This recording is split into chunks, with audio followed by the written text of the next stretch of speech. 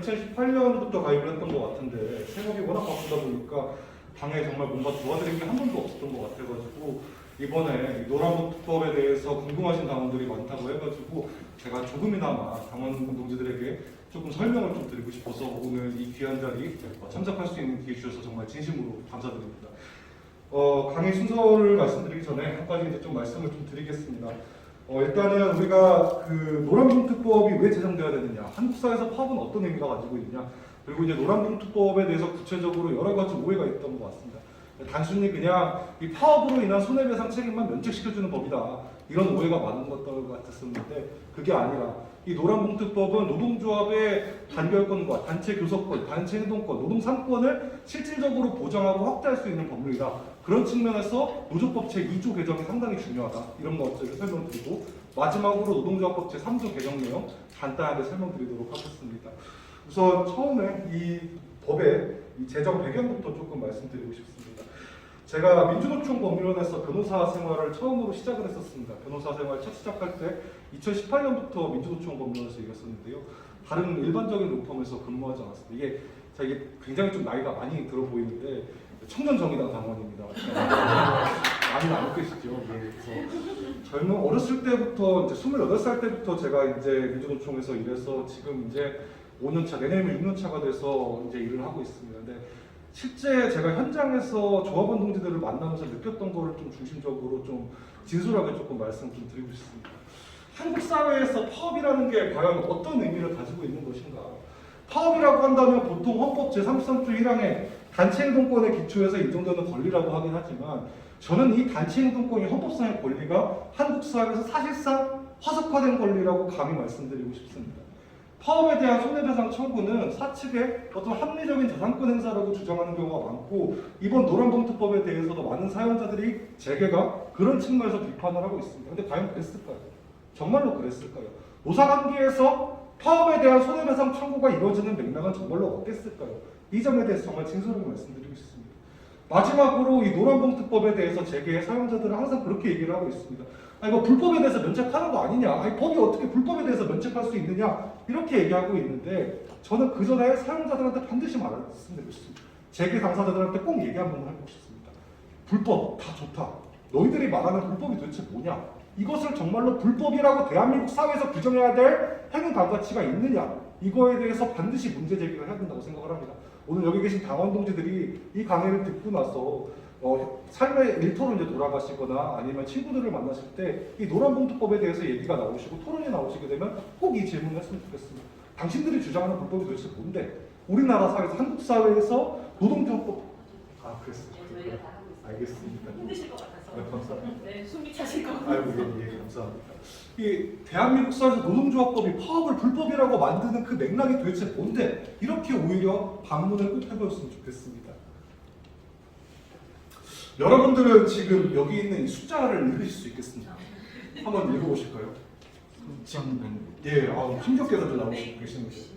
3,160억 2,865만 7,053원입니다. 예, 이게 뭐냐면 제가 소속되어 있는 단체 중에 이제 손잡고라는 단체가 있는데 거기 운영위원회로 제가 참여를 하고 있습니다. 거기서 이제 소송기록 아카이브를 하나 만들어서 한국 사회에서 한 2000년대 초반 이후로 있었던 주요 손해배상 사건들 소송 기록을 저희들이 모았습니다. 거기에 나왔던 손해배상, 파업에 대한 손해배상 금액을 전부 다 모아보니까 합산해보니까 한 197건이 나왔는데 다 합쳐보니까 3,160억 정도가 나왔습니다. 3,160억. 아직 이 숫자가 감이 안 잡힐 것 같습니다. 동시에 혹시 그 대우조선 파업 기억나나요? 올해 여름을 뜨겁게 달궜던 그 사건도 다들 기억하시죠? 한창 하청 노동자들이 인간다운 삶을 위해서 1세제곱미터 케이지에 스스로 들어가서 몸을 잠그고 파업을 했었을 때 재계와 정부는 말했습니다. 너희들 때문에 7천억, 8천억 손해가 발생했다. 7천억, 8천억 너희들한테 다 청구할 것이다. 이런 말씀을 했습니다. 이 8천억의 숫자는 어떤 의미가 있습니까? 여기 계신 동지들 혹시 일생 살면서 8천억을 보실 수 있는 동지들 계십니까? 저는 못 볼 것 같습니다. 산술적으로 계산을 해봤는데 표준적인 노동자들이 8천억을 다 갚으려면 400번을 환생을 해야 돼요. 400번 환생해서 놀고 먹고 하면 안 되고 매번 40년 동안 평생 일하고 일해서 번 돈을 쓰지도 않아야지 8천억이 겨우 나옵니다. 예. 이게 사람 사는 세상입니까? 이게 말이나 됩니까? 진짜 8천억이라는 손해가 과연 발생했을까요? 왜 도대체 이 8천억이라는 얘기를 하고 있는 걸까요? 진짜 노동자들 파업 때문에 경제적인 손실이 발생하게 되면 파업은 무조건 나쁜 걸까요? 이런 질문을 제가 동지들한테 시작 전에 꼭 드리고 싶습니다. 제가 이 거대한 숫자 앞에서 노동자들의 목소리는 가려질다고 전 말씀드릴 수 있을 것 같습니다. 3천억, 8천억, 470억 이 거대한 숫자 앞에서 정작 노동자들이 왜 이 숫자를 감당할 정도로 외쳤는지 그것에 대해서는 아무도 얘기하지 않고 있습니다. 이 사진 기억하십니까? 네. 기억하시죠? 이번에 이제 그 대우조선해양에서 이제 비정규직지회 부지회장 유치한 동지가 스스로 1세제곱미터 KJ의 법을 가둬가지고 용접을 해서 여기서 50일 동안 단식을 할 수 있습니다. 동지들 여기에 50일 동안 스스로 갇힐 수 있을 것 같습니다. 왜 이렇게 했었을까요? 왜 도대체 노동자들이 이렇게 1m 말도 안 되는 공간에 스스로 들어가가지고 이대로 살 수가 없지 않습니까? 이런 말씀을 왜 했었을까요? 조선업계는 상당 기간 불황을 겪었었습니다. 대충 2016년대부터 중국과의 어떤 경제 상황으로 인해 가지고 우리나라가 조금 이제 그 영업력이 좀 딸린다는 얘기가 많이 나와서 경제적으로 조금 어렵다는 얘기가 좀 나왔긴 했었는데 그 어떤 경영상의 어려움을 전부 다 노동자한테 전가했습니다. 여기 계시는 유치원 동지도 비롯해가지고 많은 비정규직 노동자들을 보통 용접공 혹은 이제 조선공이라고 하는데 이분들은 굉장히 숙련공입니다. 건설 현장 가시면 이것보다 훨씬 더 많은 임금 받을 수 있어요. 이분들이 5년 동안 임금이 삭감됐습니다. 몇 프로 삭감된지 아셨습니까? 예, 30% 삭감됐습니다. 5년 동안 30%가 실질 임금이 삭감됐습니다. 핵심은 이 사건의 핵심은 뭐냐면 이 하청 노동자들이 30% 5년 동안 삭감될 동안 너희들 업계는 뭐 했냐? 이제 그 불황이 끝나고 조선업계 호황이 찾아온다고 하는데 그 과실을 왜 노동자들에게 나누지 않느냐? 나눈다는 표현도 틀린 말입니다. 왜 노동자들이 감내했던 것 원상복구하지 않느냐 이런 말을 하고 있습니다. 언론에서는 이 말 절대 하지 않습니다. 그냥 노동자가 30% 임금 삭감해라 말도 안 되는 요구를 했다 이 말만 하고 되긴 하지만 이건 임금의 인상을 요구한 것인 게 아니라 삭감된 임금을 원상회복하달라고 요청을 한 겁니다. 그런데 당시에 결국 이 임금을 결정할 수 있는 주체는 원청입니다. 이분들은 전부 다 하청업체 노동자들입니다. 원청이 돈을 줘야지 하청업체에서도 돈을 줄 수 있습니다. 그런데 자 우리 삭감된 임금 원청에서 돈 안 줘가지고 이렇게 된 거 아니지 않냐. 그래서 원청이 나와서 우리랑 교섭을 하자. 우리 좀 인간답게 우리가 너희들 불황이라는 거 다 감내하고 경영위기 극복하기 위해서 다 같이 노력하지 않았냐. 이제 우리랑 얘기를 하자. 교섭장에 와서 우리랑 얘기를 하자. 이렇게 외쳤음에도 불구하고 원청은 나오지 않았었습니다. 제가 초반부터 너무 열을 올리고 있어서 물 좀 한 번 마시고 가겠습니다.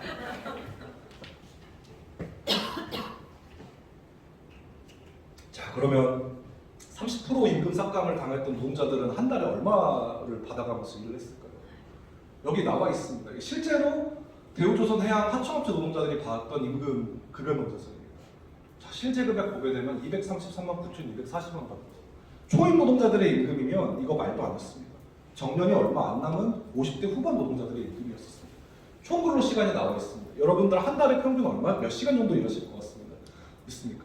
통상적인 근로자가 유급휴일까지 포함해서 290시간을 일하고 있다고 보통 노동법에서 보고 있습니다. 290시간 연장 야간 근로 겁나 많이 했습니다. 연장 야간 근로 겁나 많이 했음에도 불구하고 실제로 받는 금액은 233만 9천 원이었습니다. 이게 말이 됩니까? 갓 초임 대졸 신입사원도 아니고 공장에서 20년 동안 30년 동안 일하셨던 정년이 얼마 임박했던 노동자들이 받는 돈이 이 정도 수준이었습니다. 자 그러면 200만 원 받았던 노동자들의 외침은 어떻게 끝났느냐? 소장 하나로 끝났습니다. 파업에서 실질적으로 교섭에서 인정됐던 건 뭐냐면 사측이 원래 제시했던 건 임금 5% 인상에 대해서 협의하고 끝났었습니다. 30% 복구 이거 받아들이지도 않았습니다. 자 5% 인상 이건 원래 사측이 해주겠다고 했던 것이었습니다. 아무것도 이루지 못했습니다. 그러면 실제로 받은 건 뭐냐? 문서 한 장 날라왔었습니다. 손해배상 청구소. 당신들 50일 동안의 파업 때문에 우리는 엄청난 손해를 봤다. 그렇기 때문에 당신들한테 이 손해 전부 다 청구할 것이다. 라고 해서 소장이 하나 날라왔습니다. 소장에 나와 있는 청구 취지 간단합니다. 원고들은 공동하여 피고에게 얼마? 470억 원을 지급하라. 라고 나와 있습니다. 여기 원고 누가 되어 있는지 아십니까? 누가 될 것 같습니까? 원고. 몇 명일 것 같습니까? 감이 아직 잘 안 잡히시죠? 몇 명 정도 될 것 같습니까? 한번 찍어보시죠. 6명, 7명. 6명, 7명, 5명이었습니다. 노동조합, 여러분들 신문에 금속노조 돈 많다 막 이런 얘기들 들으셨을 것 같습니다. 맞는 말이기도 하고 틀린 말이기도 하지만 노동조합한테 청구했을까요? 아닙니다. 파업에 참가했던 간부들 5명한테 470억 원을 청구했습니다. 한 달에 200만 원 받고 있는 노동자들이 470억 이거 갚을 수 있습니까? 회사가 이거 갚으라고 청구한 겁니까? 저는 그렇게 생각 안 합니다. 이건 판결이 470억 원 날 수는 있긴 하겠죠. 물론 많이 감액되긴 하겠지만 실제로 470억 원 나온다고 하더라도 집행을 할 수가 없는 금액입니다. 걔 돈이 어디 있다고 470억이 나오겠습니까? 1인당 나누면 한 80, 수학을 잘 못써 80여억이 나오는데 이거 어떻게 200만 원 받던 노동자들이 갚겠습니까? 왜 이렇게 했겠습니까? 국정감사장에서 나와서 얘기했습니다. 국회의원들이 이 대우조선해양 사장 니들 이거 470억 진짜로 받을 수 있을 것 같아 물어보니까 이거 받을 수도 있고 못 받을 수도 있을 것 같습니다. 이렇게 대답했습니다. 이거는 파업으로 인한 손해를 전보하기 위한 소송이었을까요? 저는 그렇게 보이지 않습니다. 니네 파업했으면 어떻게 되는지 보여주겠다. 앞으로 다시는 파업하지 마라. 노동조합을 길들이기 위한 소송이었다고밖에 저는 보이지 않습니다. 그리고 지금부터 제가 또 다른 근거를 제시하겠습니다. 사측은 항상 말합니다. 아니 우리 왜 노란봉투법 가지고 우리들이 합리적으로 손해배상 청구권 이거 민법에도 있고 이거 헌법에 있는 재산권도 있는 건데 재산권 항상한다는 거 그거 왜 막으려고 하냐 이거 재산권 침해하는 법률이다 이런 얘기를 하고 있긴 하지만 실제로 손해배상이 사용됐던 맥락에 주목하셔야 됩니다. 여러분 혹시 상신 브레이크라고 아십니까? 들어보신 적 있습니까? 네. 예, 많은 분들 들어보신 적이 있을 것 같습니다. 여기도 이제 제조업체 회사인데 그 유명한 창조 컨설팅이라고 해가지고 노조 파괴 전문 이제 노무법인이었습니다. 거기에 자문을 받고 노조 파괴를 하던 사업장이었습니다. 여기서 파업으로 인해 가지고 제가 파업이 있었었는데 상신 브레이크가 조합원 한 이제 5명에 대해서 10억 원을 청구를 했었습니다. 10억 원. 여기 청구 취지 보게 되면 피고들은 연대하여 원고에게 10억 원을 지급하라고 나와 있죠. 그리고 이 10억 원 소장 제기하면서 4억 원을 피고전 걸리니까 4억 원을 다 갚으라고 주장을 하면서 재산에 대해서 뭐 개인 집에 대해서든 전세보증 채권에 대해서 다 가압류를 했습니다.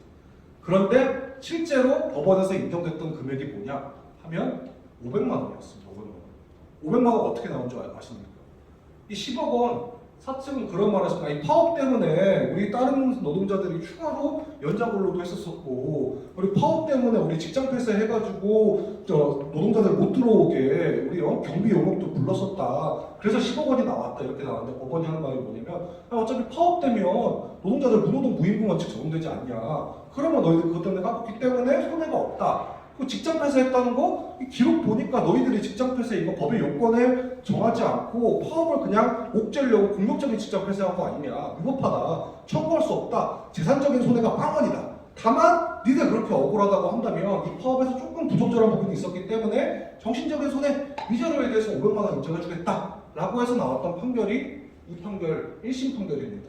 이거 어떻게 된 줄 아십니까? 대법원까지 확정됐습니다. 그런데 대법원까지 확정될 때까지 조합원들에 대한 사업의 가압류는 해제되지 않았었습니다. 여러분들이라면 저도 법조인이고 제가 내년에 변호사가 6년 차인데 저희 사무실이 조금 많은 편이다 보니까 한 250건 정도 소송을 했었던 것 같습니다. 저도 이제 소송으로 밤 떨어먹고 산 사람인데 제 이름으로 10억짜리 소송이 들어온다? 잠을 못 잘 것 같습니다. 네. 옥상 가서 담배 피다가 나도 모르게 땅을 바라볼 것 같습니다. 살 수 있겠습니까? 노조 파괴 사업장에서 10억 원을 청구했던 게 바로 이랬었습니다. 왜? 이유는 간단합니다. 노동조합 길들이기 위해서, 노동조합 와해시키고 파괴시키기 위해서 그랬었습니다. 과장된 말씀으로 왔습니까? 아닙니다. 여기는 제가 2가지 문건을 여러분들에게 보여드리려고 합니다. 첫 번째는 어디서 작성된 문건일까요? 자 보면은 노조가 있는 회사에 대응 방안, 세 확산 단계, 노동조합이 이제 만들어져서 세를 확산하고 있으면 노동조합이 조금이라도 불법 행위하면 고액의 손해배상과 가처분 신청을 해가지고 전국적으로 식물노조로 만들 뒤 노조 해산을 유도한다. 어디에 나오는 문건일까요 이게? 창조 컨설팅에서 창조 컨설팅 비슷합니다. 비슷한데 조금은 다릅니다. 제가 창조 컨설팅 얘기를 들었어가지고 S그룹입니다. 삼성그룹 문건입니다. 삼성그룹도 삼성전자라든지 아니면 삼성 주요 회사에서 노동조합 파괴로 부당노동 행위로 형사처벌을 받았었습니다. 그때 나왔던 문건이 바로 이 문건이었습니다. 자, 그 다음에 여기도 있습니다. 이거는 현대기아차 쪽인데 기아차가 이제 2009년 10년 당시에 부분 파업을 했었습니다. 부분 파업을 하니까 사측은 이번 부분 파업에 대해서 각종 손해배상 소송을 제기하고 징계를 하고 압박을 가속화시켜라. 그 다음에 이제 온건파 중심의 반집행부 활동을 측면 지원하라. 그 다음에 이제 언론이랑 보수 언론을 합조를 해가지고 반민주노총 기류를 이제 조성을 해라. 배포, 대통령 실장, 민정, 홍보, 사회정책 수석, 기획관리 수석가 나와 있습니다. 이거 어디서 작성한 문건인지 아십니까? 제가 이걸 일반 대중들한테 보여드리는 건 오늘이 처음인 것 같습니다. 어디서 작성된 문건일까요? 2010년에서 2011년 동안 국정원에서 작성된 문건입니다. 국정원에서. 참고로 이번 주 목요일 날 이명박 정부 시기 국정원이 민주노총, 전교조, 전국공무원노동조합, 서울교통공사노동조합, 금속노조를 국가의 적으로 삼아서 지속적인 노동조합 와해 공작을 한 사건은 불법행위를 구성한다 라고 총 2억 6,100만 원을 지급하라라는 판결이 선고됐었습니다. 이 판결 제가 수행했던 판결인데 그 사건에서 국정원이 작성했던 문건이 바로 이랬습니다. 노동조합의 탄압수단이고 노동조합의 파괴수단으로 손해배상을 악용해라 라고 국가가 노동파괴 공작을 수립하면서 지시를 했었습니다. 이게 바로 손해배상 소송이 사용되었던 맥락입니다. 노동운동, 저는 법률가이면서 스스로 노동운동가라고 생각을 하는데요. 저는 솔직히 말해서 요즘 너무 두렵습니다. 정말 너무 많이 두렵습니다. 당원 동지들과 함께 정말 투쟁하고 싶은 마음이 굴뚝 같습니다. 이번 정권을 바라보게 되면 이 노동에 대한 적대심 어떤 정권 못지 않습니다. 더 심합니다. 화물연대 노조가 파업을 했습니다. 한 달에 14시간 일하고 15시간 일하고 모든 비용을 공제하고 남으면 200만 원 정도 받으시는 분들입니다. 이분들이 안전운임제를 실시하라. 우리 너무 이게 임금이자 운송료가 짜다 보니까 계속 과속을 해가지고 더 많이 일을 하려고 하다 보니까 사고가 발생한다. 인간다운 급여를 지급해라 라고 파업을 하니까 대통령이 나서서 한마디 했습니다. 저놈들 저 파업은 북한의 핵 위협보다 더 무서운 것이다. 더 나쁜 것이다. 이런 식으로 노동조합의 정당한 생존권 행사를 호도하고 있습니다. 그리고 모든 국가기관을 나서서 동원해서 파업을 무력화시키는데 총동원했습니다. 경찰이 나서서 저희 사무실에서 들어왔던 구속영장 청구 사건만 4건, 5건이 들어왔었고요. 그리고 공정거래위원회까지 나서가지고 재벌을 규제하라고 만든 공정거래위원회까지 노동자들을 규제하고 탄압하는 데 사용했었습니다. 이게 말이나 됩니까? 이 정국은 저는 제가 기록에서 봤었던, 제가 대학생 때 언론에서 간접적으로 느꼈었지만 기록을 통해서 봤었던 그 이명박 정부 때 국정원과 다르지 않습니다. 제가 오늘 여기서 운동가로서 여러분한테 과장된 말씀을 드리려고 하는 게 아니라 실제로 그 사건 기록을 담당 변호사로서 수행했던 느낌을 정말 그대로 말씀드립니다. 국정원 때도 민주노총, 전교조, 전국노동조합이 파업을 하면은 얘네들은 종북 좌파다라고 분류하고 와해를 실시해야 된다라고 원세훈이 국정원 회의장에서 말을 했었습니다. 그리고 나가지고 금속노조가 파업을 하면 노동부 사측은 이제 불법 파업이라는 걸 위협하고 보수 언론이랑 연계하고 손해배상을 통해서 파업에 대해서 사법 처리할 것을 경고를 해서 파업을 무력화시켜라. 이명박 정부랑 지금이랑 도대체 뭐가 다른 겁니까? 그때 국가의 노조파괴 공작이 불법행위라고 인정됐음에도 불구하고 윤석열 정권은 다르지 않습니다. 똑같이 하고 있습니다. 노동자들을 국가의 적으로 삼고 있습니다. 어떻게 이 사회가 제대로 운영될 수 있겠습니까? 재계에서는 항상 그런 말을 많이 합니다. 야, 이거 노란봉투법 이거 큰일이다. 심지어 제 이제 그 학교 다닐 때 헌법 수업을 들으셨던 참 유감스러운 얘기지만 차진아 교수님이라고 고대 로스쿨 교수님이 한 분 계십니다. 그 교수님까지 나셔가지고 전경련을 막 논문 막 써드리면서 야 이거 헌법에 반한다. 이거 법 통과되면은 모든 불법에 면책하는 거다. 이런 식으로 말도 안 되는, 물론 세부적인 내용까지 보자면 그 정도는 아니긴 하겠지만 이런 논지를 논문으로 발표하고 말도 안 되는 이야기를 하고 있습니다. 자, 그런데 근본적으로 우리 노동조합이 불법으로 삼고 있는 것, 과연 그것을 불법으로 삼아야 되는지 이 근본적인 질문이 필요합니다. 형법상 범죄행위 그리고 민사상 손해배상 청구의 대상이 되는 불법행위는 기본적으로 행위 반가치성이 필요합니다. 행위 반가치성은 법률적인 용어지만 쉽게 말하자면 사회적으로 봤었을 때 비난 가능성, 비난의 대상이 된다는 것입니다. 그런데 현행 노동조합법 하에서 이런 파업이 가능한지, 그리고 이런 파업을 했을 때 손해배상 청구 소송이 발생이 안 되는지, 그리고 이 파업이 과연 470억짜리 손해배상 소송을 맞아야 될 정도로 행위 반가치성, 비난 가능성이 존재하는지 한 번만 다 같이 생각했으면 좋겠습니다. 자, 첫 번째로 보겠습니다. 하청업체 노동자가 원청업체를 상대로 우리 실질적으로 돈 준 사람들은 원청이니까 우리 임금 인상 좀 해주세요. 이번 대우조선 해야. 이거 현행법에서 가능할 것 같습니까? 불가능. 내가 하청업체 노동자입니다. 그런데 내가 일하는 라인에서 옆 동네가 똑같은 일을 수행하는 사람이 불법 파견 판결을 받았어요. 1심 판결로 법원에서 이 사람 직접 고용하래요. 보니까 나랑 업무 내용이 완전히 똑같아요. 똑같이 일하고 있어요. 같은 협력업체 소속이에요.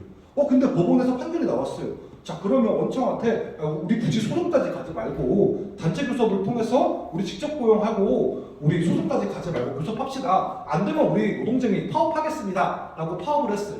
이거 적법 파업일까요? 안 되면 불법 파업 되고 있습니다. 특수고용직 노동자, 플랫폼 노동자의 파업, 화물연대 노동자 파업, 지금 노동조합법상 적법 파업이 될 수 있을까요? 저는 될 수 있다고 주장을 하긴 하지만 아직까지 현존 범위상 조금은 약간 불확실한 부분도 있는 것 같습니다. 손해배상 청구의 대상이 될 가능성도 어느 정도 있습니다. 자 그리고 쌍차 2009년 내가 기업에서 열심히 일했어요. 우리 공장, 우리 회사 다 같이 잘 살자고 죽자 살자 밤낮으로 연장 야간 휴무 다 뛰고 특근 다 뛰고 열심히 일했는데 저희 경영진이 멍청해가지고 회사 자본을 막 이상한 데서 팔고 주식을 이상하게 거래하고 이상한 투자를 해가지고 회사가 많이 경영이 어려졌어요. 갑자기 내가 열심히 일했는데 잘린대요. 정리해고 한대요. 이 정리해고에 대해서 바로 정리해고하지 말고 우리 순환휴직하고 우리 난 무휴직해도 보니까 우리 같이 살자. 이거 단체 협약을 해가지고 합의서에 도장 꽉 찍고 우리 같이 살아보자. 정리해고만큼은 안 된다 라고 하는 파업 적법할까요? 안 됩니다. 손해배상 청구의 대상이 됩니다. 회사의 분할, 매각, 공장 이전을 반대하는 파업. 나 진짜 열심히 화성공장, 현대차, 기아차 화성공장에서 일했는데 이거 다 중국이나 인도로 다 보내버린대요. 공장. 그리고 다 자른대요. 이거 가능할까요? 파업합니다. 가능할까요? 안 됩니다.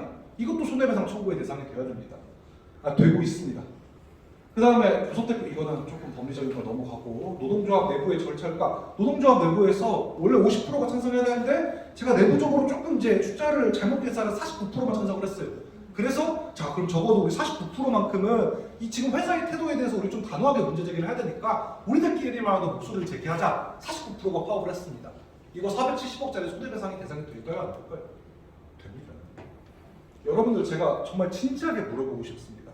제가 지금까지 언급했던 이 사례들 중에서 여러분들의 여기서 법률적인 지식이 상당하신 분들도 계실 수 있긴 하겠지만 그 법률적인 지식 다 차치하고 사회적, 정치적으로 봤었을 때 이 파업에 대해서 470억 원의 손해배상을 부담할 정도의 비난 가능성이 있나요? 저는 도저히 없다고 생각을 합니다. 이 파업은 사회정치적으로 정책적으로 정당화시키고 노동조합의 노동상권과 노동자의 노동상권을 보장하기 위해서 합법화시키고 보장해야 될 파업이면 그렇지 이것을 470원짜리 손해배상의 대상으로 삼는 것은 말이 안 됩니다. 말이 안 됩니다. 기본적으로 우리나라 노동조합법이 노동조합의 단결권, 단체교섭권, 단체행동권을 제약하고 있기 때문에 이것이 불법이 된 것입니다. 이것이 왜 불법인지, 이것이 왜 불법이 되어야 되는지 한마디도 대답하지 못하면서 어떻게 불법에 면책하면 안 된다라는 반론을 할 수 있겠습니까? 앞뒤가 전도된 말씀입니다. 이미 형사법리는 2011년에 바꿨습니다. 옛날에는 노동조합법상 노동조합 파업의 요건을 조금이라도 충족하지 못했으면 그 파업은 무조건 업무방해죄가 됐는데 2011년에 이미 법리가 한번 바뀌었습니다. 파업이 언제나 업무방해죄가 될 건 아니고 전후사정과 경위에 비춰가지고 사용자가 예측할 수 없는 시기에 전격적으로 이루어져서 사업 운영에 심리한 혼란에만 손해를 초래했을 경우에만 형법상 업무방해죄가 성립한다라고 나왔었습니다. 이거와 관련된 게 2022년 헌법재판소에서 업무방해죄에 대한 쟁행에 대한 업무방해죄의 정음에 대해서 그 판단이 있었는데 이 다수 의견이 5명 의견이었었는데 위원 정족수 6명에 1명이 못 올라가지고 헌법재판소 헌법소원 청구는 기각이 됐습니다. 그런데 그 다수 의견 헌법재판관님도 파업이 노동조합법상의 규정을 위반했다고 한다고 하더라도 이것은 헌법상 단체행동권의 행사로 볼 수 있다. 우리나라 노동조합법이 파업의 범위를 지나치게 좁혔기 때문에 지금 잘못되고 있는 것이다. 이걸 업무방해로 의율할 필요가 없다라고 지금 운동가가 말한 게 아니라 헌법재판소에 계시는 5분의 헌법재판관님이 말씀했습니다. 이렇게 법리는 바뀌고 있지만 아직까지 민사 손해배상 소송의 법리는 바뀌지 않고 있습니다. 저는 그래서 진짜 불법은 현행 노동조합법 자체가 바로 불법이라고 주장하고 있습니다. 왜? 국제규범에 맞지 않습니다. 국제규범에 맞지 않습니다. 대한민국은 2021년 ILO 국제노동기구의 87호 98호 협약을 비준했습니다. 단결권에 관한 협약, 기타 협약들을 비준을 했었는데 그 비준된 협약에 관해서 ILO가 해석한 내용들을 보게 되면 대한민국에서 불법이라고 장담하는 그 파업들 전부 다 합법이라고 판단을 하고 있습니다. 옛날에 우리 구조조정에 대항해서 철도노조에서 파업을 했었을 때 철도공사가 손해배상 소송 막 한다고 하니까 ILO가 서한을 보내서 말도 안 되는 소리 하지 마라 라고 혼냈었고, ILO 결사의 자유위원회 해석집에 보게 될 경우에는 특수형태 고용직, 뭐 플랫폼 노동자 이런 분들도 화물연대 노동자 이런 분들도 전부 다 노동조합 단결권의 행사 대상이 돼야 된다라고 판단을 했었습니다. 또한 우리 지금 노동법에서 불법이라고 주장하고 있는, 사측이 불법을 주장하고 있는 거, 원청에 대해서 단체 교섭을 요구하는 파업은 불법이 아니다라고 얘기했으니까 제가 말한 게 아니라 ILO에서 말한 겁니다.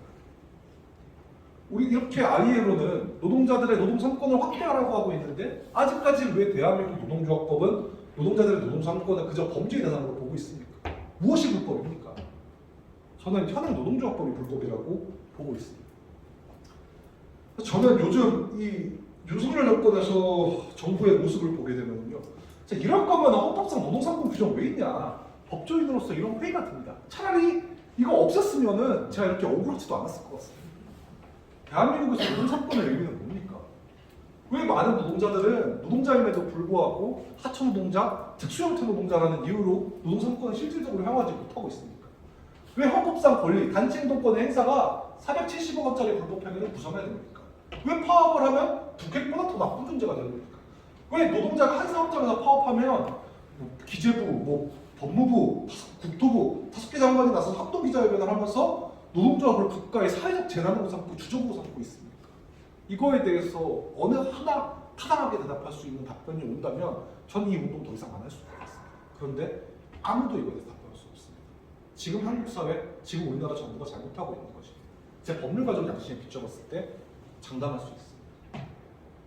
근로계약과 이제 근대 산업체계에서 만들어진 근로계약은 노예계약과 다르게 근로제공에 대해서 정당한 대가를 지급하려고 하고 있고, 근로자들과 단체 집단적인 노사관계라고 해서 집단적인 이제 노사자치라고 해서 협상, 개별적인 협상이나 집단적인 협상을 할 수 있도록 하게 합니다. 그 과정에서 사회정체적인 약자인 노동자가 단결해서 실력 행사를 할 수 있으라고 단결권과 단체행동권, 단체 교섭권을 부여하고 있습니다. 이게 허용되지 않는다면 그것은 저는 노예계약이라고 그게 생각이 안 듭니다. 근로계약은 노예계약일 수가 없습니다. 그렇기 때문에 우리는 노조법 제2조 3조를 개정해야 되는 것입니다.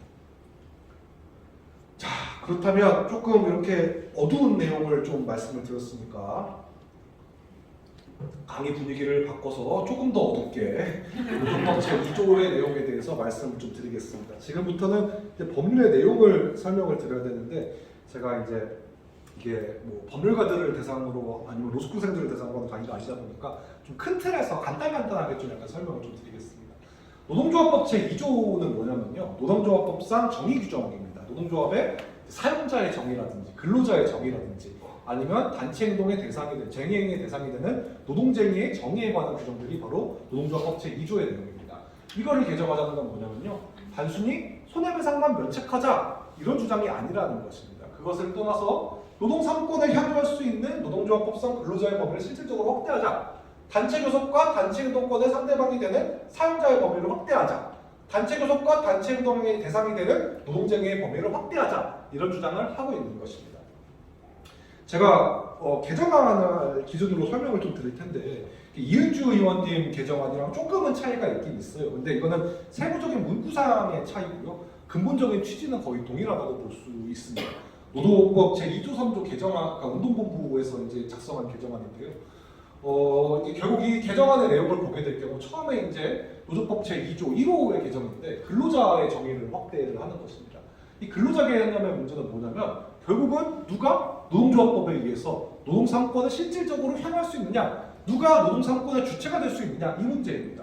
결국 우리 운동본부가, 우리 정의당이 주장하고자 하는 것은 결국은 특수형태 고용직 노동자 역시 노동 3권이 보장되어야 된다는 거죠. 특수형태 고용직이 뭡니까? 형식적으로는 근로계약을 체결하지 않았지만 실질적으로 노동자인 분들입니다. 배달업체 라이더들, 아니면 화물 노동. 네, 맞습니다. 화물 노동자 전형적입니다. 화물 노동자들, 아니면 학습지 노동자들 맞습니다. 아니면은 저 보험설계사분들, 골프장 캐디분들, 이런 분들은 근로기준법상 근로계약이라고 보기에는 조금 애매한 부분이 있긴 있어요. 민법상 뭐 위임, 위탁계약, 도급계약의 일종이라고 볼 수 있는 여지도 있긴 하지만 적어도 그 사람들이 노무를 제공하는 사람, 사업주에게 필수적인 노무를 제공하는 사람이라는 측면에서는 노동자인 것은 분명합니다. 이 사람들에게도 실질적으로 노동삼권을 부여해야 된다는 것입니다. 근데 저희 운동본부는 기본적으로 현행 노조법을 개정할 필요는 없고 추가를 해가지고 그 이제 노동조합에 가입한 사람들은 노동자로 추정을 하고 노동자가 아니라는 입증 책임을 사용자한테 부담시켜야 된다는 주장을 하고 있어요. 우리가 현행 노조법을 개정하지 않는 이유는 뭐냐면 우리나라가 ILO 협약을 체결한 이후 대법원이 다른 건 몰라도 대법원과 고용노동부가 적어도 지난 정권을 기준으로는 다른 건 몰라도 이 노동자성의 해석에 대해서는 점점 더 확대시키고 있었고 실질적으로는 지금 실무상 거의 이론의 여지 없이 엄청나게 확대가 되었기 때문입니다. 이거는 결국 지금 현존하는 법률 자체가 문제라기보다 이 해석을 통해서 충분히 돌파할 수 있는 문제 있는 것 같아요. 물론 이은주 의원님 안처럼 이렇게 뭐 구체적으로 더 쓰는 것도 뭐 상당한 의미가 있고 찬성을 하는 바입니다. 그 법원 판례, 그러니까 이거는 제가 여러분들한테 또 이런 말씀을 드리고 싶은데요. 밖에 나가서 다른 분들과 토론을 하시거나 논의를 할 때 이런 말씀을 꼭 했으면 좋겠어요. 이미 법원은 노동조합, 노동상권을 향유할 수 있는 노동자의 범위에 대해서 법원은 이미 그 범위를 충분히 확대시키고 있었다. 이것을 법으로 못을 박자는 것이다. 이런 말씀을 할 필요가 있어요. 2001년도 이게 이제 뭐냐면은 애초에 이제 근로자 개념과 관련된 노동조합법상 노동자의 개념과 관련된 판례의 변천 과정을 조금 소개시켜드리자면 4단계로 이제 말씀을 좀 드릴 수 있을 것 같은데요.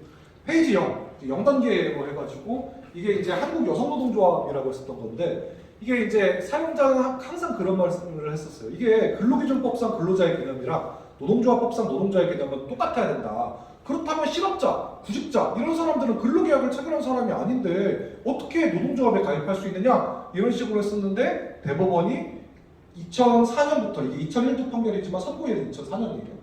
2004년부터 노동조합법상 근로자와 근로기준법상 근로자는 다를 수 있기 때문에 구직자나 실업자 역시 초기업별 노동조합의 조합원이 될 수 있다라고 판단을 했었어요. 근데 말은 꼰드르르 하긴 한데 이 이후로 대법원은 실질적으로 구체적인 사안 판단에 있어서는 굉장히 보수적인 판단을 했었고 현행 근로기준법상 근로자의 범위보다도 오히려 더 협소한 해석을 했었습니다.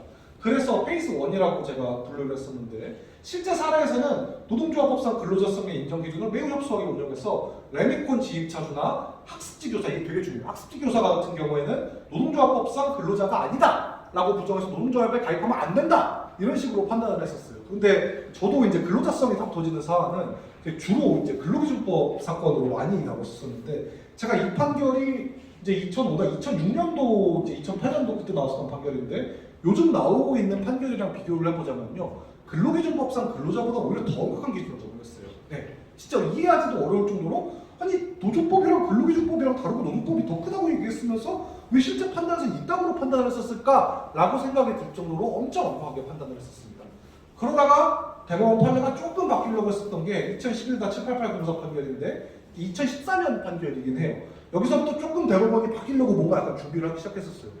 골프장 캐디가 근로기준법상 근로자에 해당하지 않지만 노동조합법상 근로자에 해당할 수 있다라고 판단을 하면서 다시 이제 페이지 0으로 돌아가려고 하고 있고 다시 확대시킬 준비를 하긴 했었습니다. 그래서 이때부터 저희 노동법률가들은 많은 희망을 갖기 시작했었는데 2018년에 완전히 쐐기를 박아버렸습니다. 아까 학습지 교사들의 그 근로자성을 부정했다고 했죠. 2018년에는 학습지 교사에 대해서 다시 근로자성을 인정했습니다. 한 12년 만에 다시 이제 근로자성을 인정했었던 사건인데요. 이때 대법원이 아예 노동조합법상 근로자의 판단 기준 자체를 바꿔버렸어요. 이게 근로기준법상 근로자처럼 판단할 게 아니라 회사에 대해서 경제적으로 종속이 돼 있으면 노동조합법상 근로자가 될 수 있다. 그리고 실질적으로 봤었을 때 이 사람들한테 노동상권의 보장을 해줄 필요성이 있는지 이걸 가지고 판단을 했다. 거칠게 말씀드리자면 그래요. 그걸 봐야 된다라고 해가지고 엄청 확대시켰어요. 이게 끝이 아니었어요. 그 이후로 대법원 판결이랑 올해까지 하급심 판결로 엄청 많은 특수형태 고용직 노동자들이 근로자성을 인정받았어요. 자동차 판매 대리점 카마스터, 방송 연기자, 철도 매점 운영자, 가전제품 유지관리, 방문 판매 노동자, 마트 배송기사 이런 분들은 옛날에 노동조합법상 근로자성이 불분명했던 분이지만 이제는 법원 판결로 전부 다 인정됐었고 고용노동부도 해석을 확대했어요. 택배연대라든지 경마기수라든지 대리기사라든지 이런 분들에 대해서 전부 다 노동자로 인정하고 노동조합 설립신고에 대해서 설립신고증을 교부를 했었습니다. 많이 확대가 됐습니다. 자, 그러면 우리 운동본부가 주장하는, 우리 정의당이 주장할 거는 자, 이처럼 왜냐하면 대한민국은 ILO 협약을 비준한 국가이기 때문에 모든 노무 제공자에게 단결권을 보장할 국제법상의 의무가 있습니다. 국제법상 조약을 국회에서 비준을 했으면 이것은 헌법에 의해서 국내법과 동일한 효력을 발휘하게 됩니다. 그렇다면 우리는 모든 노무 제공자들의 단결권과 단체 교섭권과 단체 행동권을 보장해줘야 됩니다. 그렇다면 오히려 어떤 노무 제공자가 노동자가 아니라고 하는 사정은 사용자가 입증하게 해야 됩니다. 이게 바로 이번 노란노트법 제2조 1호의 취지입니다.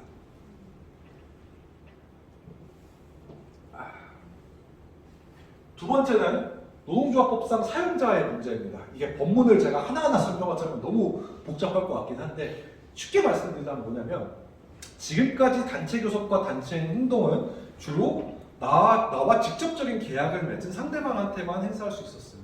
예컨대 이제 아까 봤었던 그 대우조선 해양 같은 경우도 하청업체는 하청업체를 상대로 단체 교섭하고 단체 행동을 해야 됩니다. 원청을 상대로 할 수가 없었습니다.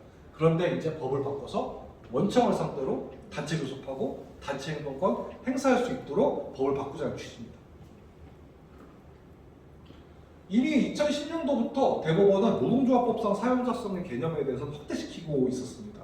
노동조합법에서는 부당노동행위라는 걸 규정을 하고 있습니다. 혹시 부당노동행위가 어떤 건지 아십니까? 부당노동행위란 뭐냐면 노동조합에 가입했다는 이유만으로 불이익을 주거나 아니면 노동조합의 자주적인 운영에 지배 개입하는 범죄를 말합니다. 노동조합법에서 형사처벌의 대상으로 삼고 있는 것인데 당시에 옛날에 현대중공이 한 2007년, 2008년도부터 그 이제 노동조합 협력업체 소속 노동자들이 노동조합을 만들었어요. 그러니까 현대중공업이 다 나서서 협력업체 보통 특별한 자본이 없고 낙하산으로 운영되는데 다 폐업을 시켜버렸습니다. 예, 노동조합이 가입됐다는 이유가 원청이었어요. 그랬었을 때 현대중공업 하청노동자들이 노동위원회 가고 법원에 가가지고 이거는 원청이 우리 노동조합을 탄압한 것이다. 노동조합법상 부당노동행위다 라고 주장을 했었는데 종래 법리로만 보게 되면 원청은 직접적인 계약의 상대방이 아니기 때문에 사용자가 될 수 없긴 하지만 법원이 2010년도부터 법리를 바꿔서 원청도 사용자가 될 수 있다고 판단을 했었습니다. 노동자들의 노동 조건을 실질적이고 구체적으로 지배 및 결정할 수 있다면 사용자에 해당할 수 있고 원청도 사용자가 인정될 수 있다고 하긴 했지만 이거는 부당노동행위에 관련된 법리라고 많은 사측이 주장을 했었고 그러다 보니까 다수의 법원 판결에서 단체 교섭과 쟁의행위에 대한 법리는 변하지 않았었습니다. 그래서 원청을 상대로 자, 니들 나와서 우리랑 단체 교섭을 해라 라고 법원에 가서 단체 교섭 이행청구 소송을 하면 기각이 됐었고요. 원청을 상대로 임금 인상을 주장을 하면서 쟁의행위를 하면은 위법성을 인정하고 손해배상 청구의 대상이 된다고 보고 있었습니다. 그런데 어차피 똑같은 노동조합법입니다. 이거는 제가 일반적으로 법률 해석을 한다고 하더라도 일반적인 그냥 제가 노동법 전문 변호사가 아니고 일반 민법 제 와이프가 될 사람처럼 일반 민법 사건을 주로 다루는 그냥 일반 변호사라고 한다고 하더라도 같은 법에 규정되어 있는 같은 단어가 다르게 해석된다는 거는 이건 말이 안 됩니다. 이건 법률가가 보더라도 그건 말이 안 됩니다. 같은 규정 법률에 규정된 사용자 개념이 다르게 해석되는 건 정말 모순입니다. 대한민국은 이미 ILO 협약 비준국입니다. 그리고 ILO는 원청과의 교섭과 쟁의행위를 보장해야 된다고 강조하고 있습니다. 실질적으로 노동자들의 노동 조건에서 아무것도 결정할 수 없는 추정적인 결정권이 없는 하청업체에게 교섭하라는 것은 정말 그 자체로 언어 모순입니다. 그래서 실제로 형사 판결이나 아니면 민사 가처분 판결 같은 경우에는 일부 전향적인 판례가 조금씩 도출되기도 했습니다. 이 자세한 내용은 제가 오늘 깊게 설명드리지 않겠습니다. 그럼 제가 여러분들한테 한번 좀 구체적인 사례를 가지고 묻고 싶은데 여기 혹시 하청 노동자 동지들이 계신지 잘 모르겠습니다. 그런데 여러분들이 한번 하청 노동자라고 생각을 한번 해봤으면 좋겠어요. 여러분들이 어떤 노동자냐면 길 지나가시다가 보시면 생활 폐기물 대행업체부터 환경미화원들 많이들 보시죠. 그 음식물 쓰레기 차량 탑승해가지고 이제 형광색 옷을 입으시고 밤마다 열심히 일해주시는 고마운 노동자들 많이 봤을 겁니다. 그분이 되었다고 생각을 한번 해보십시오. 그분들은 공무원일까요? 대부분 공무원들이 아니십니다. 시청과 직접 계약을 체결한 시청 소속 공무직 노동자일까요? 아닙니다. 시청 소속 거기 가끔 보면 음식물 쓰레기차 보게 되면은 거기 기업 이름이 돼 있어요. 하경기업 막 이런 식으로 거기 협력업체, 하청업체 이름이 돼 있는데 그 업체 소속 노동자입니다. 시청과 위탁 계약을 체결한 하청업체 노동자입니다. 자, 이 사람들은 임금 인상을 받고 싶어요. 임금 인상을 받고 싶은데 환경부에 고시가 있습니다. 생활폐기물 대행업체와 계약을 체결할 때는 각 지방자치단체로 하여금 이 고시를 준수하라고 이렇게 고시가 나와 있습니다. 여기 보게 되면은 기본급을 이제 용역대금에 포함해서 줘야 되는데 기본금을 계산할 때는 건설업 임금 실태 조사 보고서 중 보통인구 노임 단가를 적용해야 된다. 이게 뭐냐면은 매번 이제 건설업 임금 실태 조사 보고서가 이제 정부 정책에서 나와요. 그러면 2021년을 기준으로 보통인구 노임 단가가 1일 이제 그 휴일까지 포함해서 14만 원인가 11만 원인가 정도가 됩니다. 딱 정해진 액수가 있어요. 자, 그 다음에 기본급 외에도 재수당을 줘야 되는데 환경 미래 수당으로는 월 15만 원 줘야 됩니다. 운전 수당으로는 월 20만 원 줘야 되고 상여금은 기본급의 400% 범위 내에서 적용을 해야 됩니다. 어떤 지자체가 환경부 고시를 무시하고 다르게 계약을 체결할 수 있을까요? 자, 그러면은 지자체는 하청업체랑 이 고시 내용대로 자, 앞으로 당신들이 용역대금을 통해서 지급받은 인건비는 기본급은 뭐 11만 원, 올해 발표된 11만 원, 뭐 그 다음에 이제 환경미화수당 월 15만 원, 운전수당 20만 원, 기본급 400% 이렇게 됐어. 자, 그럼 이렇게 체결했어요. 근데 그 협력업체는 보통 시청이랑 계약 체결한 거 말고 다른 독자적인 사업을 영위하지 않습니다. 그거 하나만 하고 있습니다. 아무 돈이 없어요. 시청에서 주는 돈 말고 아무런 재원이 없습니다. 그러면 노동조합이 설립됐어요. 자, 이제 노동조합 설립됐으니까 기본급 인상하고 환경미화수당 인상해주세요. 운전수당도 인상해주세요. 상여금도 우리 너무 힘드니까 조금 인상 400%된 거 450% 인상해주세요. 라고 얘기하면 하청업체가 뭐라고 얘기했습니까? 돈 없어. 어차피 정부에서 우리가 시청이랑 계약 체결하라고 할 때 이렇게 계약 체결하라고 해. 그러면 여러분 그 하청업체랑 임금 교섭하는 게 무슨 의미가 있겠습니까? 아무것도 결정할 수 있는 권한이 없는 사람 딱 데리고 앉아가서 이 사람 교섭하라고 하면은 그 단체 교섭입니까? 연극이지. 아무것도 아닙니다. 그거 이외에도 민간 제조업체들 공장 같은 데 가시면 사실 우리 서울시당 동지들 같은 경우에는 이 서울시 소재한 공장들이 많지가 않아서 주변에 이제 공장에서 일하시는 분들이 많으신지 잘 모르겠어요. 근데 지방 같은 데 가다 보면은 이제 한 지역에서 대단히 공장이 보통 하나 있고 많은 사람들이 그 공장을 일하고 있습니다. 물론 정규직으로 일하는 게 아니라 사내하청으로 많이들 일하고 있습니다. 근데 그 사내하청들 일하시는 방식이나 임금 내용 보게 되면은 그 임금 누가 정합니까? 다 원청에서 정합니다. 원청이랑 사내하청이랑 체결한 용역비 도급대금에 따라서 인건비가 세부적으로 다 책정돼요. 기본급은 얼마로 하고 상여금은 얼마로 하고 특별수당 얼마로 하고 다 나와 있습니다. 그런데 그 사내하청이랑 교섭하라고 하면은 아니 원청에서 돈을 줘야지 내가 너희들 임금 인상 해주지 않느냐 똑같은 말 하고 있습니다. 한마디로 말해서 돈을 전달해주는 사람이랑 교섭하라는 게 아니라 돈을 진짜 주는 사람이랑 교섭하라는 것입니다. 이게 어렵습니까? 안 어렵습니다. 너무나도 당연한 법리지만 ILO 협약에 비춰봤을 때 너무나도 당연한 규범적인 요청이지만 아직까지 대한민국에서 이것을 불법화시켰던 것이 바로 잘못입니다. 그래서 이런 부분도 개정을 한다는 것입니다. 마지막으로는 이제 노동법 제2조 개정에서는 노동쟁의에 대해서 말씀드려야 되는데 이것도 쉽게 말씀드리자면 추가된 부분이 뭐냐면은 이제 결국은 항상 제일 문제가 됐었던 정리해고에 대한 쟁의행위를 허용하자는 것입니다. 여러분 혹시 이 사진 아십니까? 예, 다들 기억하시는 분도 계시고 젊은 동지들 중에서는 학생 때 보셨을 겁니다. 저도 2009년 때 고등학교 3학년 때 이제 언론에서 봤었는데 쌍차 파업 사진입니다. 혹시 젊은 분들 계시면 사진 처음 보신 분 혹시 계십니까? 처음 보신 분은 아무도 없으시고 만약에 저는 요즘 이제 갓 20대가 되신 젊은 분들 중에서 이 쌍차 파업에 대해서 잘 모르시는 분이 이 사진을 봤다면 저는 이거는 전쟁터의 사진 같을 거라고 생각을 할 것 같습니다. 쌍차 파업에 대해서 잘 모르는 사람이라면 이건 정말 전쟁터의 사진이라고 볼 것 같습니다. 왜 이렇게 공권력을 투입을 했느냐? 대한민국에서 아까 말씀드린 것처럼 정리해고에 대항하는 파업은 불법이기 때문입니다. 노동조합은 정리해고에 대해서 논의하자고 교섭도 할 수도 없고 반대도 할 수 없습니다. 노동자의 아무런 과실 없이 오로지 경영진의 실책으로 인해서 청천벽력같이 해고되더라도 그냥 이 사진처럼 얻어맞아야 될 수밖에 없습니다. 국가가 왜 개입할 수 있었냐고요? 정리해고에 대한 파업이 대법원이 불법으로 보고 있기 때문입니다. 그런데 최근 지지난주에 대법원이 이와 같은 공권력 행사도 과도했다, 위법했다라고 11년 만에 판단을 하긴 했습니다. 저는 아까 대법원 판결을 통해서 저는 이 대법원 판결의 법리 자체가 법률가로서 정말 문제 있다는 것을 여러분들에게 꼭 말씀을 드리고 싶습니다.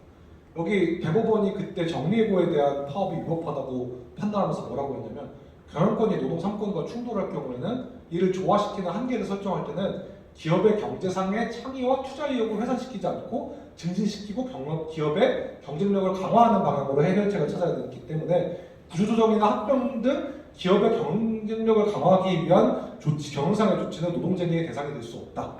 자, 그러면 경영상의 조치는 노동조합의 쟁의의 대상이 될 수 없다고 하는데 이게 경영권과 노동삼권이 충돌했을 때 조화시키는 한계입니까?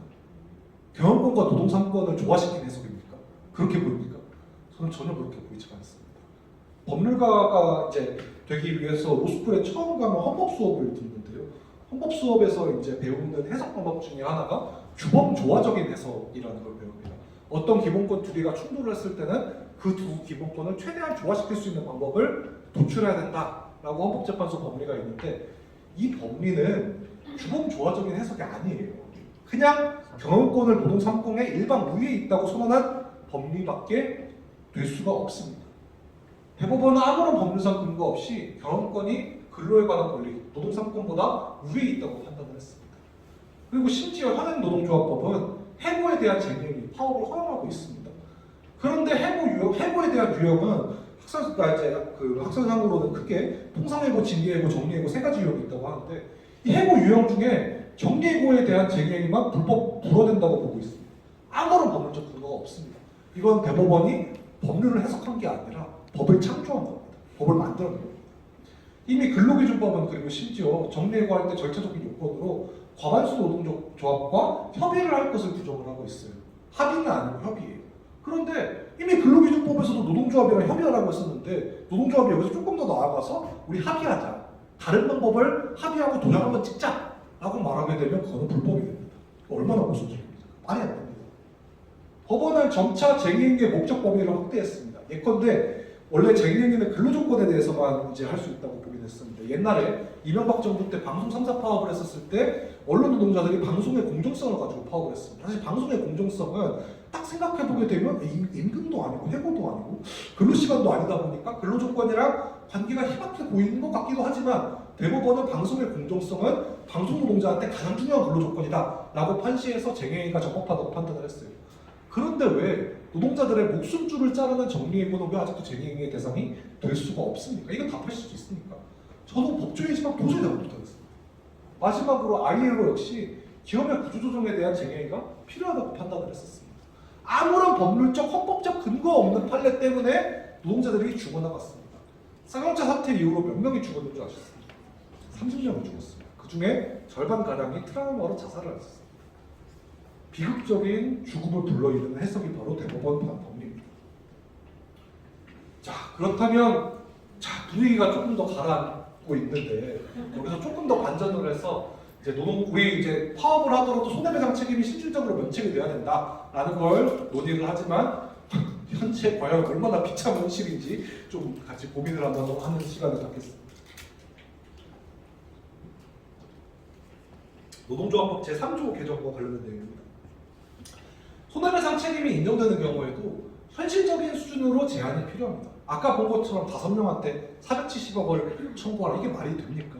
그건 말이 안 됩니다. 그렇기 때문에 노동조합법 제3조는 기본적으로 쟁의행위로 인한 면책 규정인데 이 면책의 기준을 협소한 노동조합법, 쟁의행위의 범위를 헌법상의 단체에 놓은 것보다 줄여나왔던 노동조합법이 기준이 되는 게 아니라 헌법에 따른 쟁의행위를 기준으로 판단을 해야 된다. 그리고 근로자 개인에 대한 청구는 지양되어야 된다. 노동조합법이 돈을 가지고 있지 노동자 개인이 어떻게 돈을 가지고 있겠습니까? 그리고 영업손실과 고정비용과 같은 손해의 청구는 제한되어야 한다. 이게 바로 요지입니다. 첫 번째로 노동조합법의 면책 기준인데 지금까지는 주로 이 법에 의한 단체 교섭 또는 쟁의행위로 인해서는 손해배상을 청구할 수 없다고 되어 있어서 이 법에 의한이라고 해서 노동조합법상의 모든 요건을 준수할 것을 요구를 했어요. 그런데 조금 법을 바꿔서 헌법에 의한 단체 행동권에 대해서 손해배상을 청구할 수 없다라고 판단이 필요합니다. 자, 여러분들에게 헌법에 대해서 조금 말씀을 드리고 싶습니다. 헌법은 앞부분에 한 30개 조항 정도를 가지고 국민의 기본권에 대해서 21개 조항 정도 가지고 규정을 하고 있습니다. 근데 국민의 기본권은 뭐 여러 가지가 있겠죠. 집회 시위의 자유도 있고, 뭐 정치적 표현의 자유도 있겠고, 그다음에 여러 가지 권리가 있긴 하겠지만, 제가 대표적으로 비교해보고 싶은 게 이 노동 3권과 제3권 환경권입니다. 노동 3권은 헌법이 뭐라고 되어 있냐면 근로자는 자주적인 단결권과 단체 교섭권과 단체 행동권을 그 자체로 갖는다고 돼 있어요. 그냥 갖는 거예요. 헌법에 의해서 직접 부여가 됐어요. 그런데 환경 재산권은 보장되지만 재산권의 내용과 한계는 법률로 정하도록 돼 있습니다. 헌법보다 하위에 있는 법률로 재산권의 내용이 형성될 수 있다고 규정하고 있어요. 환경권은 역시 내용과 행사에 대해서는 법률로 정한다고 규정되어 있습니다. 다른 기본권과 달리 노동자들의 노동삼권을 보존하기 위해서 근로삼권, 노동삼권은 법률상으로 제한되는 게 아니라 헌법이 그 자체로 보유되고 있다고 판단하고 있습니다. 이게 제가 노동법률과라고 되게 과장되게 해석한 것처럼 보일 수 있긴 하겠지만 제가 말씀드리는 게 아니라 대법원 전원합의체 판결과 헌법재판소 다수 의견이 이렇게 판시를 했습니다. 노동삼권은 이처럼 헌법상 기본권 중에서도 특수한 지위를 가지고 있습니다. 그래서 아까 봤었던 헌법재판소 다수 의견 역시 아까 봤었던 헌법에 있는 33조이랑 노동삼권에 관한 조항도 개별적인 법률 유보 조항, 그러니까 법률로서 노동삼권의 내용과 한계를 형성한다는 조항을 두고 있지 않는데 노동조합법의 정의 규정만으로 헌법상 단체행동권의 행사인 쟁의의 개념을 정의하는 것은 법률로서 헌법상 기본권의 범위를 축소하는 것으로서 부당하다라고 헌법재판소 재판관 5분께서 말씀하셨습니다. 그렇기 때문에 노동삼권을 형수화 규정한 현재 노동조합법이 기준될 게 아니라 헌법 정신에 근거한 정당성 판단이 필요합니다. 그래서 폭력이라든지 파기라든지 이런 것을 수반한 권리남용 형식의 쟁의가 아닌 한 단순 노무 제공 거부 형식의 파업은 전부 다 적법성을 보장해 줄 필요가 있는 것입니다. 왜? 헌법에서 단체 행동권을 보장해 준다고 규정하고 있기 때문입니다. 두 번째로는 제가 이 말씀을 꼭 드리고 싶어요. 자, 맨날 사용자들, 재계는 노동자들한테 불법을 저지른다고 하고 있습니다. 근데 과연 당신들은 얼마나 떳떳합니까? 정당 방해로서의 쟁행위도 충분히 존재할 수 있다고 생각합니다. 사용자의 불법 행위는 오케이면서 노동자의 불법 행위는 노라고 한다면 이거는 그야말로 소위 말하는 내로남불 아니겠습니까? 그렇기 때문에 노동조합의 쟁행위가 사용자의 불법 행위가 발생한 경우에는 손해배상을 청구할 수 없다는 규정이 필요합니다. 이거 저희들이 또 신기한 법률 규정 만든 걸까요? 무리한 법률 규정 만든 걸까요? 이미 재산권에 관한 민법에서도 761종의 정당방위 규정이 있습니다. 이미 있습니다. 물론 현재 모든 쟁의가 민법상 정당방위가 적용돼서 면책될 수 있는 정도의 그런 넓은 의미의 규정은 아니긴 하지만 적어도 노동삼권의 취지에 비춰봐서 이 정당방위 규정이 확대될 필요가 있습니다. 역사적으로 상당수의 쟁의는 사용자의 불법 행위로 촉발됐습니다. 여러분들 올해 나왔던 판결 중에 현대차 판결이 하나 있습니다. 현대차에서 일하는 하청업체 노동자들, 거의 모든 공정에서 일하는 노동자들이 대부분 다 불법 파견이라고 대법원에서 15년 만에 판단을 받았습니다. 그런데 이 판결이 소송이 시작될 초 무렵에는 2010년 초반에 현대차 비정규직들의 파업이 있었어요. 그 사람들 전부 다 손해배상 책임이 인정이 됐었습니다. 그런데 그때도 법원은 손해배상 책임을 인정하긴 했지만 상당 부분 제한을 했었어요. 일부 이제 파견 근로자의 지위가 불법 파견이 확인됐었다면은 다른 노동자들도 파견 근로자의 지위가 확인받을 가능성이 있다면 그 원고 현대차는 문제 해결을 위한 대화를 시도하기보다는 사대하청 노조의 단체 교섭 요구를 단순히 거부했기 때문에 갈등을 심화시켰다라고 판단을 하면서 손해의 범위를 천안지법 사건이었던 걸로 기억하는데 50% 정도로 제한을 했었습니다. 그리고 최근에 나왔던 이거 최근에 나왔던 거 아니구나. 이거는 정리해고에 관한 판결인데 정리해고에 관한 이제 쟁의행위에 관한 일반 법리 중에서도 정리해고가 완전히 불법일 경우에는 긴급한 경영상의 필요나 합리적인 이유 없이 완벽히 불순한 의도로 추진되는 등 특별한 사정이 있는 경우에는 노동조합이 그 실시가 반대석까지면 실시를 반대하기 위한 벌이는 쟁의행위도 목적의 정당성을 인정할 수 있는 것입니다. 반대석까지는. 그렇기 때문에 사용자의 불법 행위로 인해서 촉발되고 있는 쟁의행위에 대해서는 완전 면책할 필요가 있습니다. 이미 현존하는 법리에서 한 발자국만 더 나갑니다. 또한 마지막으로 아니고 이제 세 번째로는 개인에 대한 책임 제한이 필요합니다. 여러분들이 만약에 파업에 가담을 하셨어요. 여기에 보시면 이제 그 저보다 선배인 동지들도 계시고 저보다 이제 젊으신 분들도 계신 것 같은데 어쩌다 보니까 이제 노동조합에서 간부 역할을 맡았습니다. 자, 근데 워낙 우리 하청업체 노동자들이 너무 억울한 상황이라 가지고 우리가 이제 라인을 막 멈춰 세우고 오랫동안 파업을 했어요. 원청량 교섭하면서 파업을 했어요. 그렇게 되면 여러분들 이거는 노동조합 내부에서 찬반 투표를 거쳐서 모든 노동자들의 합치된 총의의 의결로 만든 의사결정이라고 한다고 하더라도 여러분들 간부들이 책임을 지시게 됩니다. 예. 여러분들 간부들 개인한테 470억을 공모해서 손해배상을 지급하라 라는 판결이 나올 수도 있습니다. 개인한테 청구를 할 수 있게 됩니다. 노동조합의 총의로 형성된 의결이 결국 개인에게 손해배상이 나오게 되는 것입니다. 지금 현재는 물론 뭐 일반 조합원들에 대한 청구는 많이 제한하고 있긴 하지만 간부들에 대한 청구는 특별히 제한을 하고 있지 않습니다. 이게 제가 내년 2월에 일본에 계신 이제 오사카 노동자 변호사단이라는 변호사님들이랑 이제 토론하려고 썼던 문구인데 이 법리가 왜 나왔냐면 그냥 민법상의 법리를 그대로 적용한 겁니다. 민법과 상법상의 법리를 그대로 적용을 한 것인데 근데 노동법은 기본적으로 제3법적인 성격도 가지고 있긴 하지만 사회법적인 특성이 가지고 있습니다. 노동조합의 쟁의행위는 일반 법인의 영업행위, 일반 법인의 불법행위와 굉장히 다릅니다. 법인행위, 불법행위를 할 때 근로자들 다, 노동자들, 직원들 다 모아가지고 투표를 하는 거예요. 아닙니다. 노동조합은 쟁의행위를 할 때 조합원들 다 모아서 투표를 하게 되어 있습니다. 조합원의 단결된 총의에 따라서 이루어진 쟁의행위인데 그것을 어떻게 개인한테 책임을 온전히 부담할 수 있겠습니까?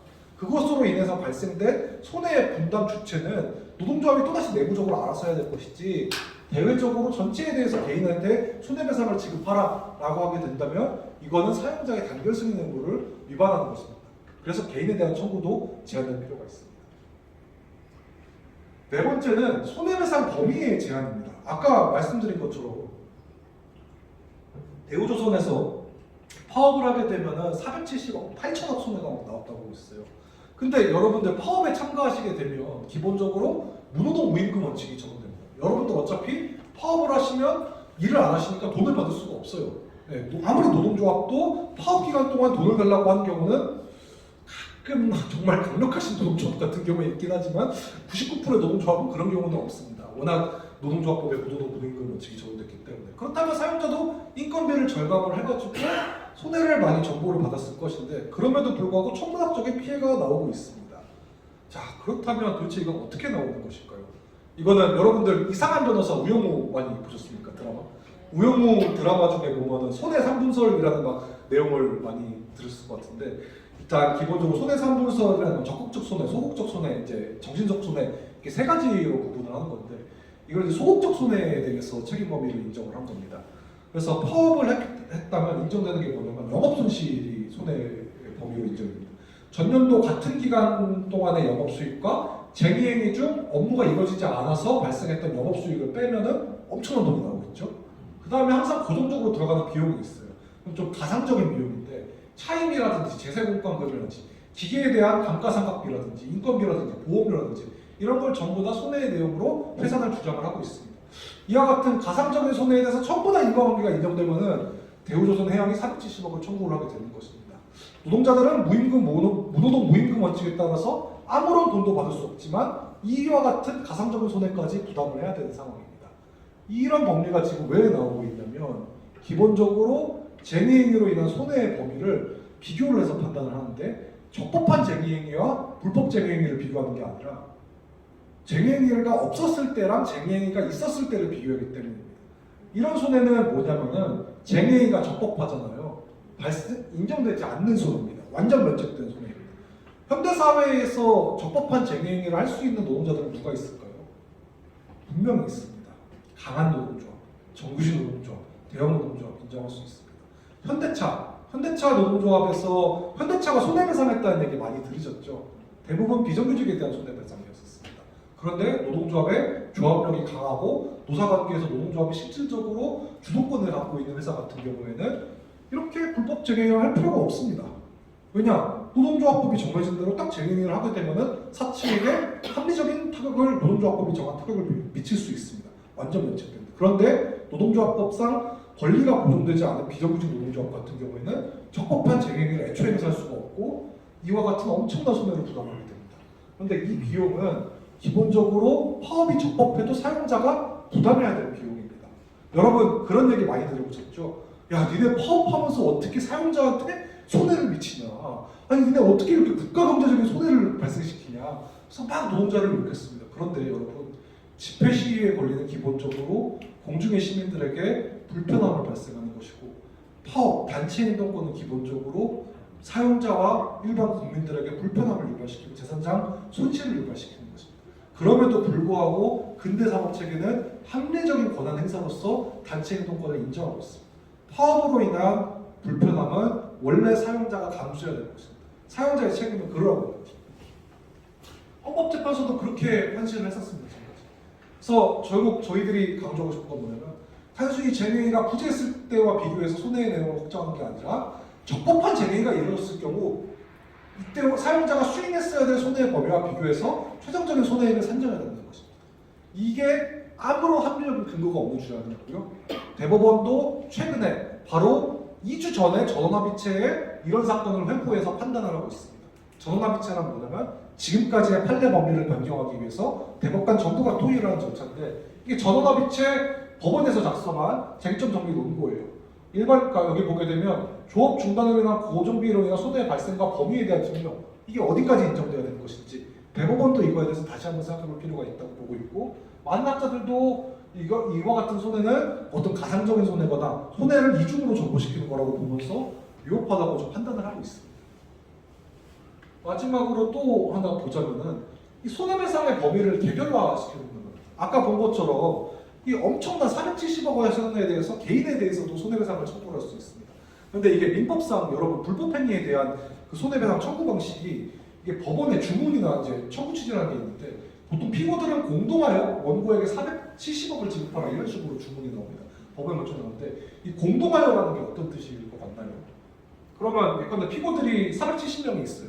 그러면 원고들한테 470억 원을 지급하라고 하면 저는 1억 원에 대해서만 책임을 지면 되는 거죠? 대외적으로? 그렇겠죠? 아닙니다. 예, 아닙니다. 이 공동화라는 건 뭐냐면 민법상 부진적 연대 책임인데 대외적으로 사용자한테 전액에 대해서 책임을 부과하게 됩니다. 설령 피고들이 470명이라고 한다고 하더라도 피고 한 명에 대해서 피고등 채권, 그러니까 갚아야 될 채권을 470억이라고 주장을 하면서 전부를 집행을 할 수 있습니다. 제가 갑자기 로또에 당첨됐어요. 470억짜리 타워플레스 집 생겼어요. 근데 이 판결 중에 한 명이에요. 그러면 사용자가 잘 봤다. 너네 이 470억 전부 다 갚아라라고 하면서 그 재산 다 가지고 올 수 있습니다. 로또에 당첨됐다는 건 너무 웃긴 거긴 하지만 이게 뭐냐면 예컨대 내가 사실적으로 부담해야 되는 돈이 뭐 숫자로 보게 되면 8천만 원 정도밖에 안 된다고 하더라도 사측은 손해배상 조합원들 전체에 대한 손해배상이 한 3천억을 가지고 내 재산 다 뺏을 수 있는 겁니다. 가압류 딱지 붙이고 압류해버릴 수 있는 것입니다. 이게 바로 부진적 연대의 책임입니다. 이 부진적 연대의 책임에 대해서는 기본적으로 이제 피해자를 보호하기 위한 민법상 법리이긴 하지만 민법 밖에서도 이거는 많은 비판이 있었던 법리이긴 합니다. 이게 대표적으로 어떤 거냐면은 그 진짜 다수인의 그러니까 차량 사고를 생각하시면 돼요. 많은 사람들이 부주의로 차량 사고가 발생을 했었어요. 그런데 그 차량 사고에 내가 기여한 비율이 10%밖에 안 돼요. 그런데 나는 저 차량 사고로 인한 인명 피해랑 재산상의 피해에 대해서 내 과실은 10%밖에 내 그 부담 비율은 10%밖에 안 되는데 전액을 청구를 부담을 해야 됩니다.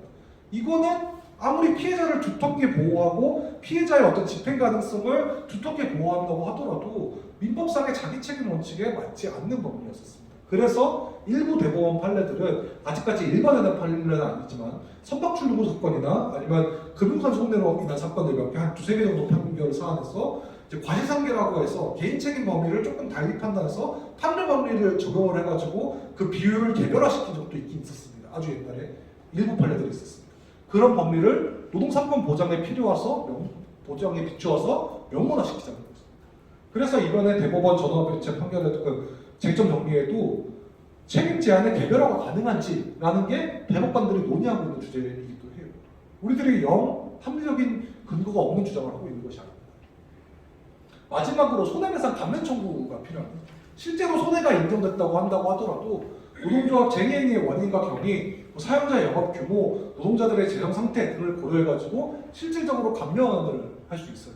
이 감면 현재 법에 없을까요? 있습니다.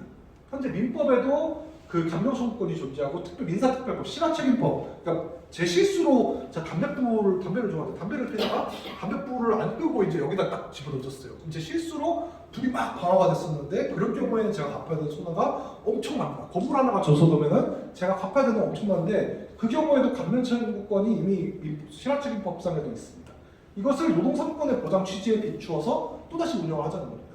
그리고 이미 판례 법리를 통해서 과실상계라고 해가지고 손해배상 책임을 제한하는 법리는 이미 존재하고 있긴 합니다. 이건 조금 더 명문화시키는 선언적인 법리인데 현대차 불법 파견 사건에서도 법원은 현대차 니들이 먼저 불법 파견을 했다라고 하면서 손해배상 범위를 50% 제한했었고, 이번에 쌍용자동차에서 경찰이 쌍용자동차 조합원들한테 손해배상을 청구한 경우에도 원심에서는 20%만 감면을 했었는데, 대법원이 기록을 보니까 아니 니들이 기중기를 사용해가지고 조합원들을 도발하고 여기다 공격을 유도했었었네, 그럼 20%만 제한하는 거 아니지, 더 깎어 라고 하면서 파기환송을 했었어요. 이게 그런 판결 취지입니다.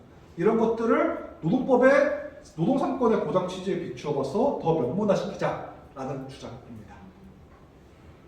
그 외에도 이 노동조합법 제2조 3조 개정의 내용은 많긴 하지만 오늘은 가장 이렇게 핵심적인 내용을 중심으로 말씀을 드리고자 합니다. 마무리 말씀을 드리고자 합니다. 제가 당원 동지들에게 질문 드리고 싶은 몇 가지 고민거리를 던지면서 마지막으로 개인적으로 좀 쓸데없는 이야기를 하고 질문을 좀 이제 그 강의를 좀 마치고자 합니다. 이번 강연을 들으시면서 어떤 생각을 하셨는지 모르겠어요. 다들 이 노조법, 현행 노조법에 대해서 문제의식이 있는 만큼 오늘 귀한 주말에 이렇게 당원들과 모임에 나오셨을 거라고 생각을 하는데, 노동자들의 파업은 나와는 누가 낼까라는 생각을 했으면 좋겠습니다. 여기에 어떤 기업체를 운영하고 계시는 사장님들도 분명히 계실 거라고 생각을 하긴 합니다. 대부분의 우리들은 일상적으로 회사에 노무를 제공하는 노동자고, 설령 자영업자라고 한다고 하더라도 실질적으로 노동자인 경우가 많습니다. 좋아서 파업을 하는 사람이 있을까요? 파업 진짜 힘듭니다. 제가 민주노총에서 내년에 이제 일하는 게 6년차 병사가 되는 경우인데 생각보다 파업 사건 그렇게 많이 안 해봤습니다. 왜냐? 실제로 파업까지 나아가기까지 조합원들의 총의가 모이는 경우가 매우 힘듭니다.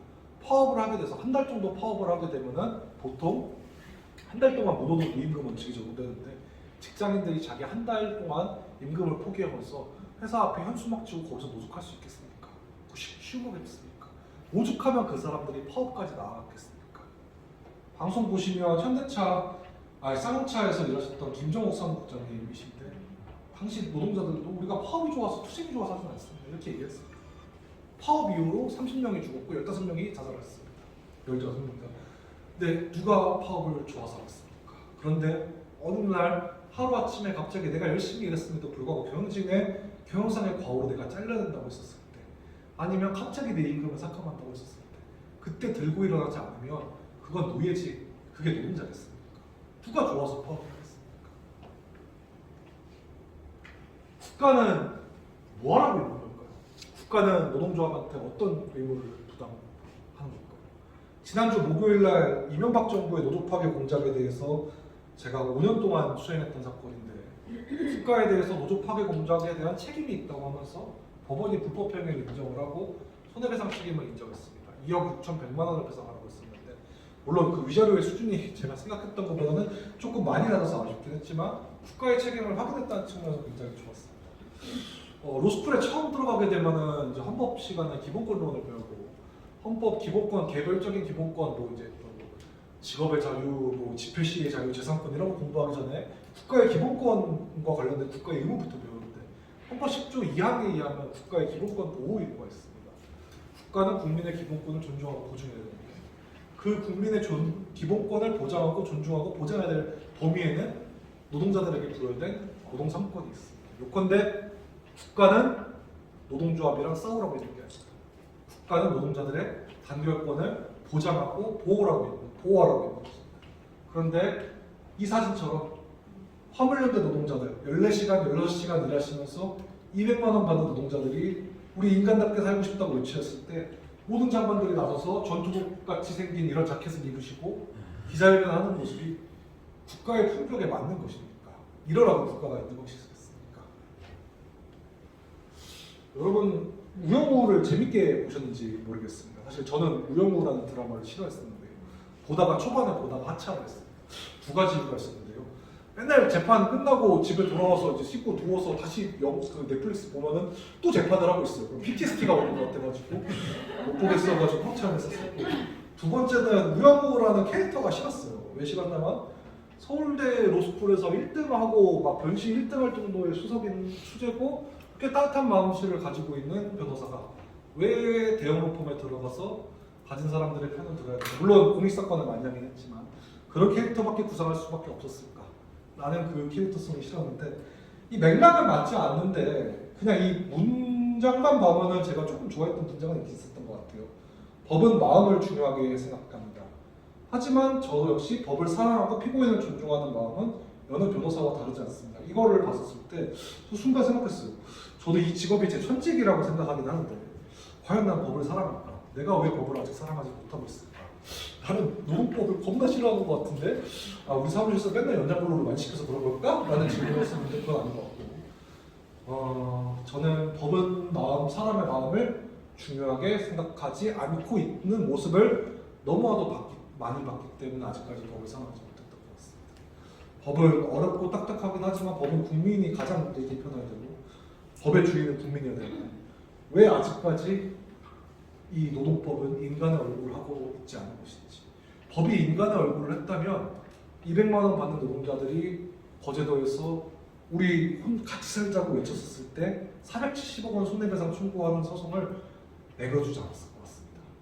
법은 인간의 얼굴을 해야 합니다. 그래서 이와 같은 인간의 얼굴을 한 법을 만들기 위한 노동조합법 개정은 우리 사회의 노동자들의 역사적인 과제라고 생각을 합니다. 우리 정의당이 노동조합법 개정이라는 올해 숙제를 풀어나가는데 누구보다도 앞서 노동자들과 함께 투쟁을 했으면 좋겠습니다. 감사합니다.